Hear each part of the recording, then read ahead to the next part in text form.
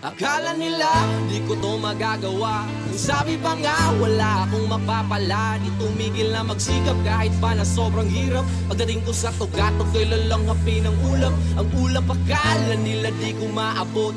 Nagbaka sakali lang namang makalusot. Magbabalat kayo man ang iba'y panatiliing huwag makitid ang iyong utak, bagkus magtanim ka ng buong pag-ibig.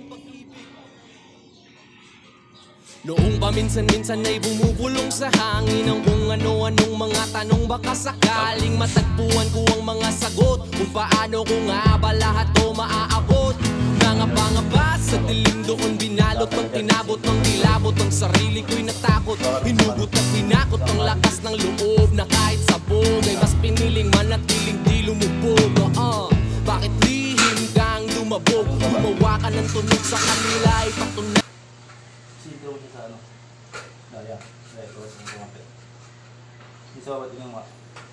Sa baba. Di, tingnan mo sa baba. Wala pa rin. Wala pa. Hindi, wala mga kumapit. Gulat pa ko dyan.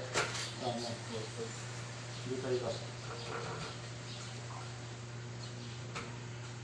Ang baba.